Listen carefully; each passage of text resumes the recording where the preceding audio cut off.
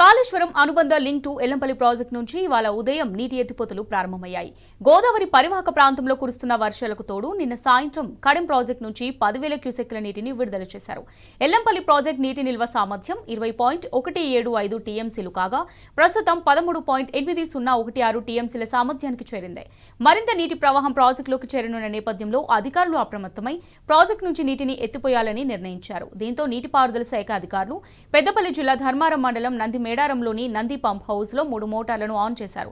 దీంతో 9,450 క్యూసెక్ల చొప్పున నీరు డెలివరీ సిస్టమ్ ద్వారా ఎగిసిపడుతూ నంది రిజర్వాయర్లోకి పంపింగ్ అవుతోంది. అక్కడి నుంచి నంది రిజర్వాయర్ నుంచి జంట సొరంగాల ద్వారా కరీంనగర్ జిల్లా రామడుగు మండలం లక్ష్మీపూర్ గాయత్రి పంప్ హౌస్ కు నీరు సరఫరా అవుతుంది.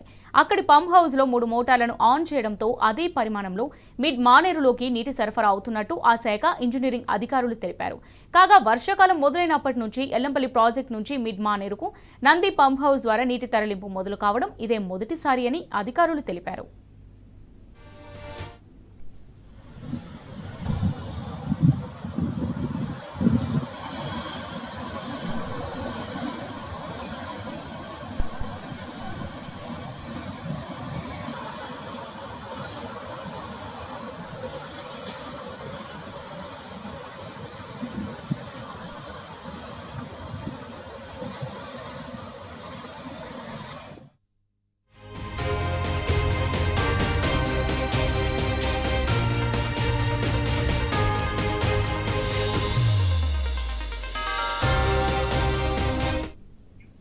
ఇక కాళేశ్వరం అనుబంధ లింక్ టు ఎల్లంపల్లి ప్రాజెక్టు నుంచి ఇవాళ ఉదయం నీటి ఎత్తిపోతలు ప్రారంభమయ్యాయి.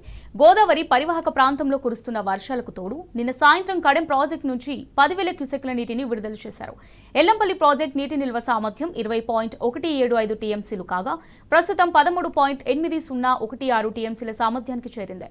మరింత నీటి ప్రవాహం ప్రాజెక్టులోకి చేరనున్న నేపథ్యంలో అధికారులు అప్రమత్తమై ప్రాజెక్టు నుంచి నీటిని ఎత్తిపోయాలని నిర్ణయించారు. దీంతో నీటిపారుదల శాఖ అధికారులు పెద్దపల్లి జిల్లా ధర్మారం మండలం నంది మేడారంలోని నంది పంప్ హౌస్ లో 3 మోటార్లను ఆన్ చేశారు. దీంతో 9,450 క్యూసెక్ల చొప్పున నీరు డెలివరీ సిస్టమ్స్ ద్వారా ఎగిసిపడుతూ నంది రిజర్వాయర్లోకి పంపింగ్ అవుతుంది. అక్కడి నుంచి నంది రిజర్వాయర్ నుంచి జంట సొరంగాల ద్వారా కరీంనగర్ జిల్లా రామడుగు మండలం లక్ష్మీపూర్ గాయత్రి పంప్ హౌస్ కు నీరు సరఫరా అవుతుంది.